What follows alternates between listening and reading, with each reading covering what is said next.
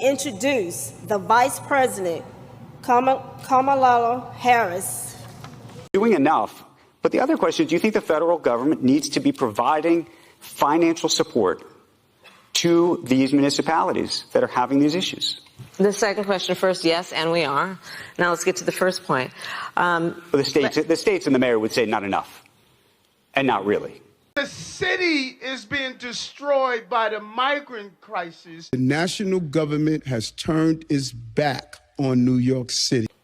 We are. So we can negotiate whether more is needed, and that is something that, in terms of this conversation, but more importantly, what is needed, and let's, we can reevaluate that. But we are providing resources, and to your point, this has become an issue for many cities around the country, red and blue. But let's take a step back, Andrew.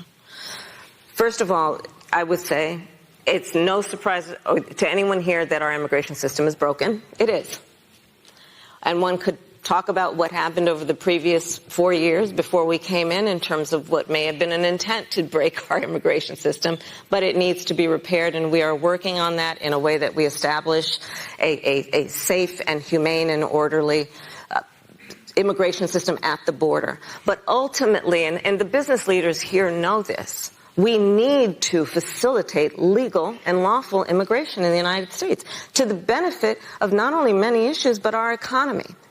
And the fact that there are political games being played with this, because in November of 24, some people have decided that may be the best weapon against an incumbent Democrat, is to talk about immigration, when let's all remember, from a President Bush to John McCain to Lindsey Graham at some point, there was an agreement that this should be thought of as an issue that affects our country as a nation, and that this should be approached from a bipartisan perspective. Let me ask you about this. Sadly, there is no will to do that right now.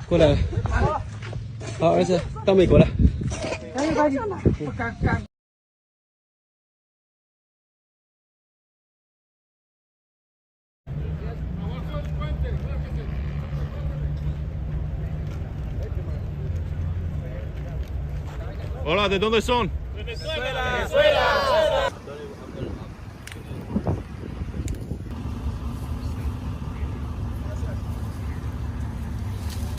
George, traes desconectado el micro. Desconectado.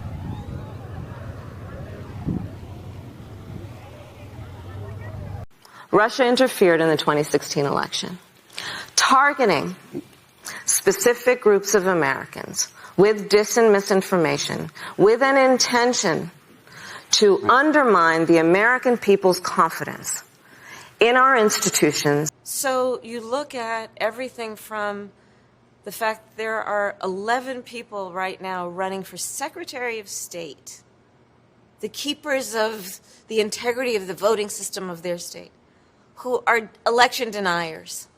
To the point, because it is a point that has been made, first of all, I would say that age is more than a chronological fact.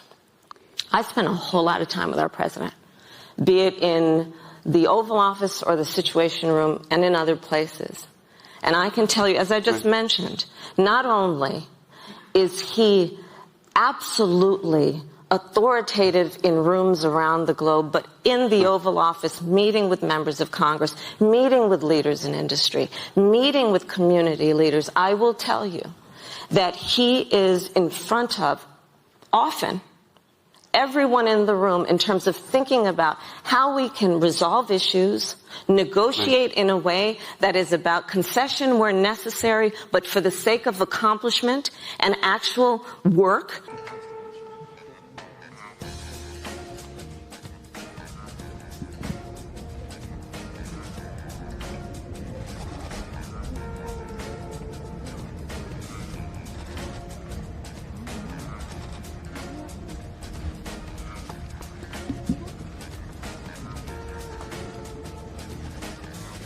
The President of the United States.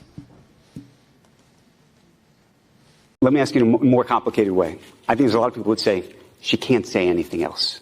She couldn't tell if there was a problem. I'm not lying. If there was, but I'm telling you a fact. But if there ever is a problem, yeah, do you think that you could go tell the American public? Do you think in your role that you're in a position to do that? Of course, if necessary, but there's no need for that. There is a political argument that is being made that is not based on substance. And you're asking me to hypothesize around what are my duties to the American people as Vice President of the United States that are based on ethics and morals and the law. I will always follow those rules. But I am suggesting to you that it is important we not be seduced into one of the only arguments that that side of the aisle has right now on this issue in a way that is intended to distract from the accomplishments. The numbers tell a different story, according to a new Fox poll, which says 78% of voters view the economy negatively, and 67% say the worst isn't over yet. President Biden's rating on handling inflation and higher prices is underwater by 40 points. How are things going in the country today?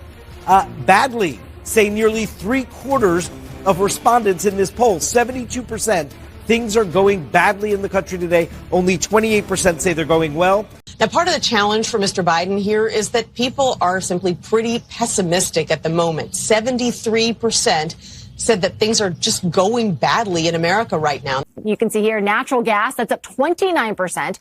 Groceries up 25%. Those used cars higher in price by 35%. Electricity up 25%. I believe also that we should evaluate risk. There's a lot of discussion on AI that is about existential risks. AI is kind of a fancy thing. First of all, it's 2 letters. It means artificial intelligence.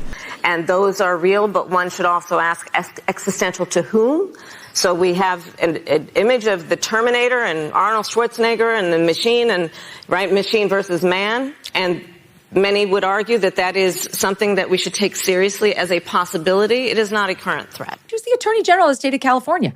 You know, like, how dumb could she be? Like, dumb. The answer is very, very dumb is the answer.